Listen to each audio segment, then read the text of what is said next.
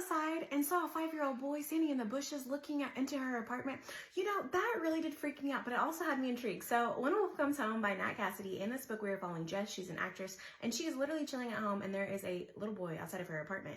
And so she decides to help him because she's like, what is going on? And then the boy's father shows up and it gets real bloody. And then they're essentially, they're on the road and Jess makes lots of questionable decisions. There were a couple times that I was like, Jess, we need to talk here.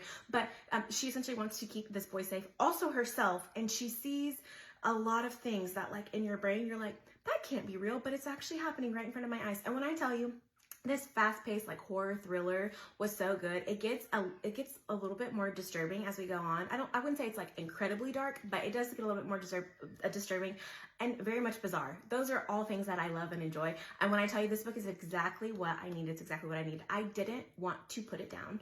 I listened to audiobook and it was fantastic. I also, Nat Cassidy, his author note at the end was so good. It actually had me in tears a little bit.